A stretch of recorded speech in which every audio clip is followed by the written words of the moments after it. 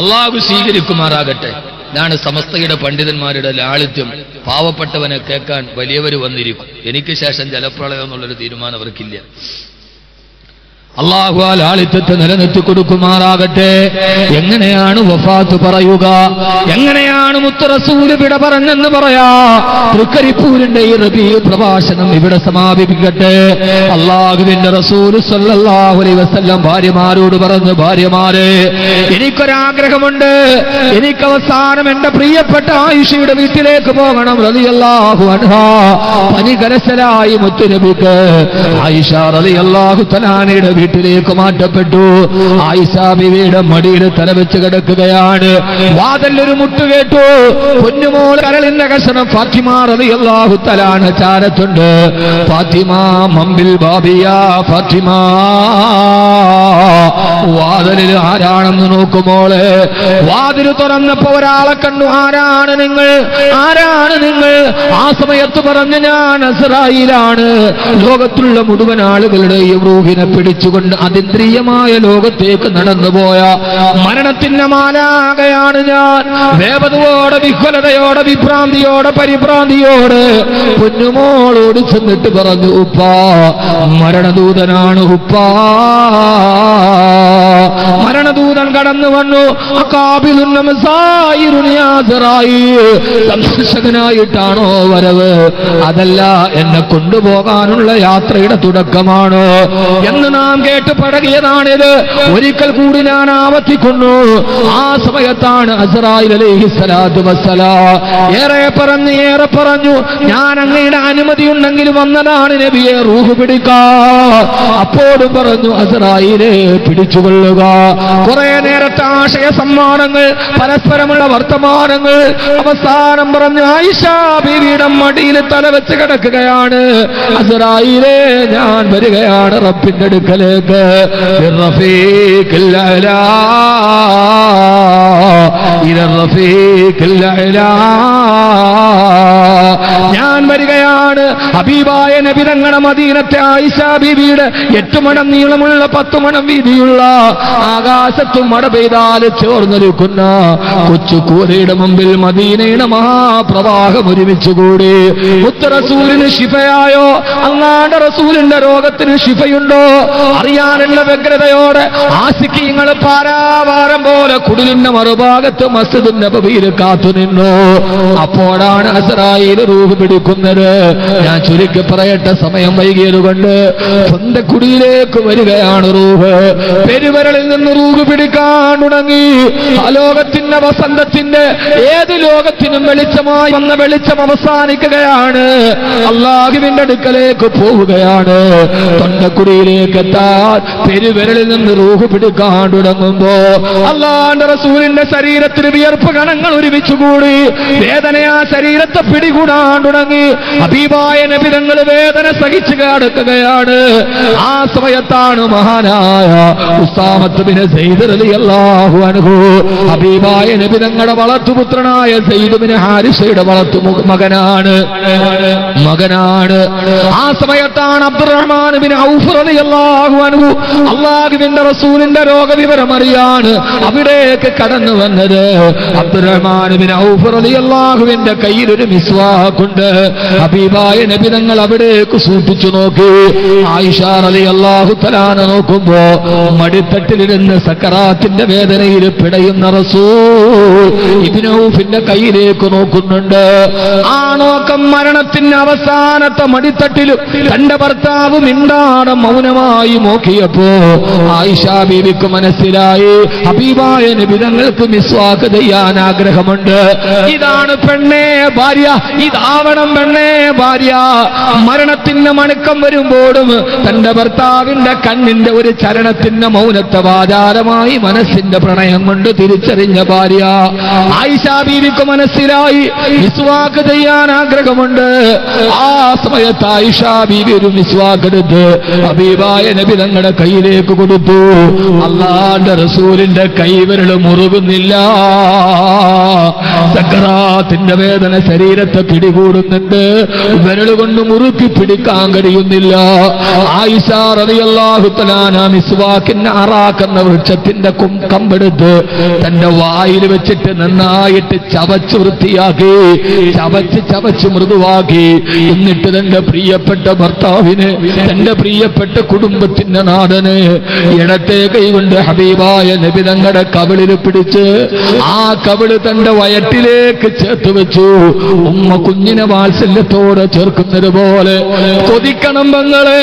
ഇടത്തെ കൈകൊണ്ട് തന്റെ ഭർത്താവിന്റെ മുഖം പിടിച്ചു വയറ്റിലേക്ക് ചേർത്ത് വെച്ച് ആ കടിച്ച് ചവച്ച് വെച്ച അറാഖിന്റെ കമ്പ് കൊണ്ട് അല്ലാഹുവിന്റെ റസൂലിന് പല്ല് തേപ്പിച്ചു കൊടുക്കുന്നു ആയിഷ ബീവി റളിയല്ലാഹു അൻഹാ. പല്ലിരപ്പിക്കുകയാണ്, പല്ല് തേക്കുകയാണ്. ആ സമയത്താണ് രോഗവിവരം അറിയാണ് ഉസാമത്ത് ബിൻ സയ്യിദ് റളിയല്ലാഹു തആല വാതിലിന്റെ ഭാഗത്ത് വന്നെത്തി നോക്കുന്നത്. പല്ല് തേച്ചുകൊണ്ടിരിക്കവേ ഉസാമ റളിയല്ലാഹു അൻഹുവിന്റെ മുഖം കണ്ടപ്പോ തന്റെ വളർത്തുപുത്രനായ സയ്യിദിന്റെ മകൻ ഉസാമ, താനേറെ സ്നേഹിച്ച ഉസാമ പള്ളിയിലിരിക്കുമ്പോ കറുത്തവനായ ഉസാമ മലം കമന്ന് വീണിട്ട് മൂക്കിലൂടെ രക്തമൊലിച്ചപ്പോ ഓടി ചെന്ന് മടിയിലിരുത്തിയിട്ട് രക്തം തുടച്ചു കൊടുത്തതെന്റെ പ്രിയപ്പെട്ട ഉസാമ റളിയല്ലാഹു അൻഹുവിന്റെ മുഖം കണ്ടു. ഹബീബായ നബി തങ്ങൾ ആയിഷ ബീവി പറയാ, നബി തങ്ങൾ മെല്ലെ ഇങ്ങനെ കൈ പൊന്തിക്കാൻ തുടങ്ങി. ഒന്ന് മിസ്വാക്ക് ചെയ്യാൻ നേരത്തൊന്ന് പൊന്തിക്കാൻ പോലും പറ്റാത്ത കയ്യ് എന്തിനാണ് നബി തങ്ങളെ കട്ടപ്പെട്ട് പൊന്തിക്കുന്നത്? ഞാൻ നോക്കിയപ്പോ കാണാമെന്ന ഉസാമയുടെ നേരെ മെല്ലെ കൈപൊക്കിയിട്ട് ഹബീബായ നബി തങ്ങൾ ഇങ്ങനെ ഒന്ന് ആംഗ്യം കാണിച്ചു. ഇങ്ങനെ രണ്ട് കൈയും കുട്ടി ഉസാമ റളിയല്ലാഹു അൻഹുവിന്റെ നേരെ ആംഗ്യം കാണിച്ചു. എന്തെന്നറിയോ? ഉസാമ സക്കറാത്തിന്റെ വേദന സഹിക്കാൻ കഴിയുന്നില്ല. ഉസാമ, ഈ മുഹമ്മദിന് വേണ്ടി നീ ഒന്ന് ദുആ ചെയ്യണേ ഉസാമ റളിയല്ലാഹു അൻഹു. മരിക്കുന്ന നേരത്ത് സക്കറാത്തിന്റെ വേദന സഹിക്കാൻ കഴിയാതെ ഉസാമ, മുഹമ്മദിന് വേണ്ടി നീ ഒന്ന് ദുആ ചെയ്യണേ സല്ലല്ലാഹു അലൈഹി വസല്ലം. ഏത് വിരലുകളാണ് ആകാശത്തേക്ക് ഉയർത്തിയപ്പം മഴ പെയ്യിപ്പിച്ച റിസാലത്തിന്റെ തിരുവിരൽ, ചന്ദ്രഗോളത്തെ പൊട്ടിപ്പൊറിപ്പിച്ച ചെരുവിരൽ, അത് വെച്ചിട്ടാണ് പറയുന്നത് ഉസാമ, ആരുടെ മുമ്പിലും മരണം ലാഘവത്വം കാണിക്കില്ല, ആരോടും മരണം ലാഘവത്വം കാണിക്കില്ല. അസ്രായീലിന് മൃദുലത അറിയില്ല ഉസാമ, അസ്രായീലിന് മൃദുലത അറിയില്ല ഉസാമ. ഈ മുഹമ്മദിന് വേണ്ടി നീ ഒന്ന് ദുആ ചെയ്യണേ ഉസാമ റളിയല്ലാഹു തആല അൻഹു. എന്തിനാണ് സഹോദരങ്ങളെ ഇതൊക്കെ? വഫാത്ത് പറഞ്ഞ് കരയിപ്പിക്കാനല്ല, മരിക്കുന്ന സക്കറാത്തിന്റെ നേരത്ത് മുത്തു റസൂൽ പോലും ദുആ കൊണ്ട് വസിയത്ത് ചെയ്യുന്ന സമയമാണിത്. അല്ലാഹുവേ, ഞങ്ങളുടെ സക്കറാത്തിന്റെ വേദന ലഘൂകരിക്കണേ അല്ലാ, സക്കറാത്തിന്റെ വേദന ലഘൂകരിക്കണേ അല്ലാ. فلولا إذا بلغت الحلقوم وأنتم حينئذ تنظرون ونحن أقرب إليه منكم ولكن لا تبصرون. ആരെയും കാണാത്ത നേരത്ത് നീ ഞങ്ങൾക്ക് സ്വർഗം കാണിച്ചു തരണേ അല്ലാ. റൂഹ് തൊണ്ടക്കുടിയിലെത്തി, സമയം വൈകുന്നു. തൊണ്ടക്കുടിയിലെത്തിയപ്പോ ബഹുമാനപ്പെട്ട നബി തങ്ങൾക്ക് സഹിക്കാൻ കഴിഞ്ഞില്ല. തൊട്ടടുത്ത് നിൽക്കുന്ന ഫാത്തിമയോട് പറഞ്ഞു, ഫാത്തിമ, അലാ ഇന്നലെ മൗത്തില സക്കറാത്ത്, മരണത്തിന്റെ വേദന സഹിക്കാൻ കഴിയില്ല മോളെ. ഉപ്പാടെ വേദന കണ്ടപ്പോ മോൾക്ക് സഹിക്കാൻ കഴിഞ്ഞില്ല. തന്റെ പ്രിയപ്പെട്ട ഉപ്പ ഉമ്മ ഖദീജ വഫാത്തായതിനു ശേഷവും ഒരു ഉമ്മാന്റെ വാത്സല്യം തന്നെ കൂട്ടിപ്പിടിച്ച തന്റെ പൊന്നുപ്പ കട്ടപ്പാടിന്റെ വേദന പറഞ്ഞ് മുറ്റത്ത് ചെന്നപ്പോ ദിക്ർ പറഞ്ഞു തന്നിട്ട് സ്വർഗത്തിന്റെ വാതിൽ പറഞ്ഞു തന്നെ എന്റെ ഉപ്പ, എന്റെ പ്രിയപ്പെട്ട ഉപ്പ അറിയാതെ നിലവിളിച്ചു പോയി. ഫാത്തിമ റളിയല്ലാഹു അൻഹാ, വാ അബതാ വാ കർബാബാ യാ മൻ അജാബ റബ്ബന ദആ ഇലാ ജിബ്രീല ലനാ വാബത്താ. എന്റെ വാപ്പാന്റെ ദുഃഖമേ, എന്റെ ഉപ്പാടെ ദുഃഖമേ, എനിക്ക് സഹിക്കാൻ കഴിയുന്നില്ലല്ലോ. യാമന ജന്നത്തുൽ ഫിർദൗസി മഅവാ, ജന്നത്തുൽ ഫിർദൗസിലേക്ക് പോകുന്ന ഉപ്പ. യാമൻ അജാബ റബ്ബന ദാ, റബ്ബ് വിളിച്ച വിളിക്ക് ഉത്തരം നൽകി എന്റെ ഉപ്പ പോവുകയാണോ? അതേ മോളെ, ഉപ്പ പോവുകയാണ്, ഉപ്പ പോവുകയാണ്. ആയിഷയുടെ മടിത്തട്ടിൽ കിടന്നു. പ്രിയപ്പെട്ട മോള് തൊട്ടടുത്തുണ്ട്. എന്റെ പൊന്നുപ്പ കൈവാലയത്തിന്റെ മുമ്പിൽ ഒട്ടകത്തിന്റെ കുടൽമാല കഴുത്തിലിട്ടപ്പോ ഓടിച്ചെന്ന് പിഞ്ചിളം കൈ കൊണ്ട് തട്ടിമാറ്റി ഉപ്പാനെ തടുകി തലോടി കഴുകി കൊടുത്ത പൊന്നുമോൾ, മദർ ഓഫ് ഹെയർ ഫാദർ. ചരിത്രം പറഞ്ഞു അവളുടെ വാപ്പയുടെ ഉമ്മ ഒരു ഉമ്മയുടെ വാത്സല്യം കൊടുത്ത മോളാണ്. കരളിന്റെ കശനത്തെ വിടപോയാണ്. മരിക്കുന്ന നേരത്തെ ദുഃഖം മക്കളുടെ മുഖം അവസാനം കാണുമ്പോഴാണ്. ഇനി എന്റെ മോളെ കാണില്ലല്ലോ, ഞാൻ പോവുകയാണ്, എന്റെ മക്കളെ കാണില്ലല്ലോ. ബന്ധങ്ങളെല്ലാം തീരുകയാണ്, എല്ലാം ഒടുങ്ങുകയാണ്. മരണം ബന്ധങ്ങളുടെ കാതകനാണ്. ഇനി മുത്തം തന്ന മോളെനിക്കെന്റെ മയ്യത്തിരു മുത്തം തരും. കെട്ടിപ്പിടിച്ച എന്റെ ഭാര്യ ഇനി മയ്യത്തിൽ കെട്ടിപ്പിടിച്ച് കരയും. എല്ലാം തീർന്നു, എല്ലാം തകർന്നു. പ്രണയവും ദുഃഖവും വല്ലായ്മകളും വഴക്കും പിണക്കവും ചൊല്ലിപ്പകർത്തും കവിതയും കൊച്ചു കൈത്തണ്ട ഭിന്നിച്ച കടികാര മന്ത്രവും കേൾക്കുന്നു ഞാൻ നരക നിലവിളി. കേൾക്കുവാനില്ലൊരു മൃദുമെന്ന ശബ്ദവും. ഇനിയൊരു ശബ്ദം കേൾക്കാനില്ലല്ലോ. മലക്കുകൾ വിളിക്കുന്നുവല്ലോ, ആയിഷ ഞാൻ പോകട്ടെ, ആയിഷ, ആയിഷ ഞാൻ പോകട്ടെ, ആയിഷ. സലാം പറഞ്ഞു, സലാം പറഞ്ഞു. അവസാനം ആയിഷ ബീവി പറയാ, ഹബീബായ നബി തങ്ങളുടെ ചുണ്ട് വിതുമ്പെന്നത് കണ്ടു. എന്തെന്നറിയാൻ എന്റെ ചെവി ഞാൻ ചേർത്ത് വന്നപ്പോ എന്റെ ഭർത്താവ് പറഞ്ഞു, ഉസീകും യാ ഉമ്മത്തി ബിസ്സലാ. സമുദായമേ, നമസ്കാരത്തിന്റെ കാര്യം ശ്രദ്ധിക്കണേ. നമസ്കാരം കളാക്കരുത്, നമസ്കാരത്തെ സമയം വിട്ടു പിന്തിക്കരുത്. ഉമ്മത്തെ റബീ പ്രഭാഷണം സമാപിക്കുന്നു. എന്റെ കൽബിൽ തൊട്ട് ഞാൻ പറയുന്നു, നിസ്കാരം കളാക്കരുത്. വിടവാങ്ങൽ പ്രഭാഷണം അങ്ങനെയായിരുന്നു. രണ്ടാമത് പറഞ്ഞു, ഇസ്തൗസൂ ബിന്നിസാഇ ഖൈറാ, അല്ലാഹ അല്ലാഹ ഫിന്നിസാ ഫഇന്നഹുന്ന അമാനിൻ ബൈന ഐദീകും. നിസ്കാരത്തെ സൂക്ഷിക്കണേ, നിങ്ങളുടെ ഭാര്യമാരെ സ്നേഹിക്കണേ. പെണ്ണെ, മുത്ത് റസൂല് പറഞ്ഞത്, മുത്തലാക്ക് പറഞ്ഞ് നിന്നെ കബളിപ്പിക്കണ്ട. അവസാനം എന്റെ റസൂല് പറഞ്ഞത്, ഭാര്യമാരെ സ്നേഹിക്കണേ. ഫഇന്നഹുന്ന അമാനിൻ ബൈന ഐദീകും. അവര് നിങ്ങളുടെ കയ്യിലേൽപ്പിച്ച അമാനത്താണ്. അവളെ കരയിപ്പിക്കരുത്, അവളെ സങ്കടപ്പെടുത്തരുത്. അവള് നിന്റെ കൽബിന്റെ മുത്താണ്. എന്റെ ലോകത്തിന്റെ വസന്തത്തിന്റെ കണ്ണടഞ്ഞു, ലോകത്തിന്റെ വസന്തത്തിന്റെ കണ്ണടഞ്ഞു. ഇരുട്ടിനെ പ്രകാശിപ്പിക്കാമെന്ന വിളക്ക് എന്നേക്കുമായി വിട പറഞ്ഞു. ഫാത്തിമയുടെ കണ്ണനാളത്തിൽ നിലവിളി കുരുങ്ങി. മദീന മുഴുവനും ഒരു തേങ്ങലോടെ മുത്ത് റസൂലിന്റെ വീട്ടിലെത്തി സല്ലല്ലാഹു അലൈഹി വസല്ലം. നിശബ്ദമായ നീലാകാശത്തിൽ നീലപ്പക്ഷി നീലക്കണ്ണോടെ മയങ്ങുന്നത് പോലെ ആയിഷയുടെ മടിത്തട്ടിൽ മയങ്ങിക്കിടക്കുന്ന മുത്ത് റസൂൽ സല്ലല്ലാഹു അലൈഹി വസല്ലം മദീന തേങ്ങിക്കരഞ്ഞുപോയി. ഓടി വന്നില്ലേ കാട്ടാളനായ ഉമറിന്റെ മോൻ ഖത്താബ്, ഉമർ ബിൻ ഖത്താബ് റളിയല്ലാഹു അൻഹു. ഊരിപ്പിടിച്ച വാളുമായി, എന്റെ മുത്ത് മരിച്ചിട്ടില്ലടാ, എന്റെ റസൂല് വഫാത്തായിട്ടില്ലടാ. ഉമറിനോട് പറഞ്ഞു, ഉമറേ.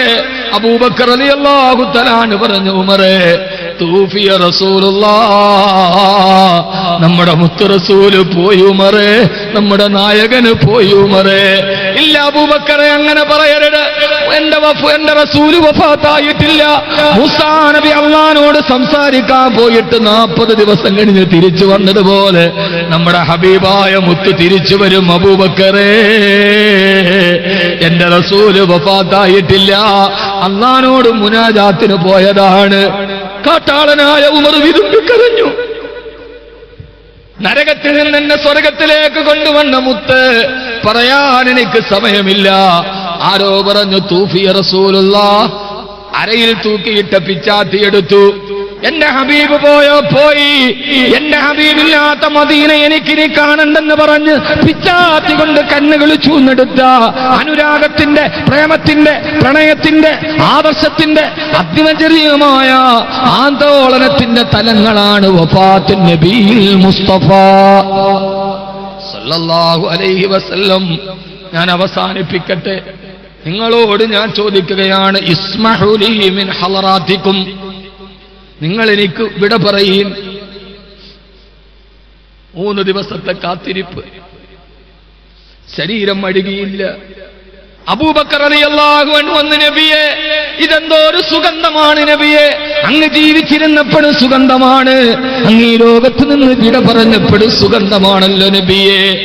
ഫസുലുസൂക കാഫൂറുൻ വറുബൂക അംബറു വസുദുസൂക യാഖൂതുൻ വബാഖീക ജൗഹറു. ഇതെന്ത് അംബറാണോ നബിയെ, ഇത് മിസ്കാണോ നബിയെ, ഇത് സുന്ദുസാണോ നബിയെ? അങ്ങ് വിട പറഞ്ഞപ്പോഴും സുഗന്ധം തീരുന്നില്ലല്ലോ നബിയെ. 3 ദിവസത്തെ കാത്തിരിപ്പ്. അലി റളിയല്ലാഹു തആല അൻഹുവിന്റെ നേതൃത്വത്തിൽ മയ്യത്ത് കുളിപ്പിച്ച് മുത്ത് റസൂലിനെ കൊണ്ടുപോയി റൗളയുടെ ചാരത്തേക്ക് വെച്ചു. ആ ചാരത്തേക്ക് വെച്ചിട്ട് കബറടക്കിയിട്ട് തിരിച്ചു വന്നപ്പോ കരളിന്റെ കഷണം ഫാത്തിമ പൊട്ടിക്കരയാണ്. എന്റെ ഉപ്പ പോയല്ലോ. കബറടക്കിയിട്ട് തിരിച്ചു വന്ന സഹാബത്തിനോട് ഫാത്തിമ ബീവി ചോദിച്ചൊരു ചോദ്യത്തോടെ ഞാൻ വിട ചോദിക്കട്ടെ. അനസ് റളിയല്ലാഹു തആല അൻഹു ഹബീബായ നബി തങ്ങളെ കബറടക്കിയിട്ട് തിരിച്ചു വന്നപ്പോ ഫാത്തിമ എന്ന പൊന്നുമോള് ചോദിച്ചു അത്രേ, അനസേ എന്തേ ഫാത്തിമ, എങ്ങനെ കഴിഞ്ഞു അനസേ? അത്താബത്ത് അംഫുസുക്കും അൻ തഹ്സൂ അലാ റസൂലില്ലാഹി സ്വല്ലല്ലാഹു അലൈഹി വസല്ലമ അത്തുറാബ്.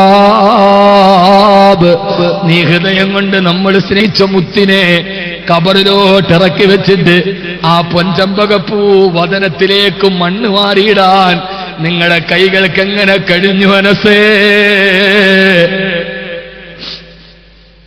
ഹബീബായ നബി തങ്ങൾ കബറിൽ കിടന്നപ്പോ മണ്ണുവാരി ആ മുഖത്തേക്കിട്ടപ്പോ നിങ്ങളുടെ കൈ വിറച്ചില്ലേ അനസേ?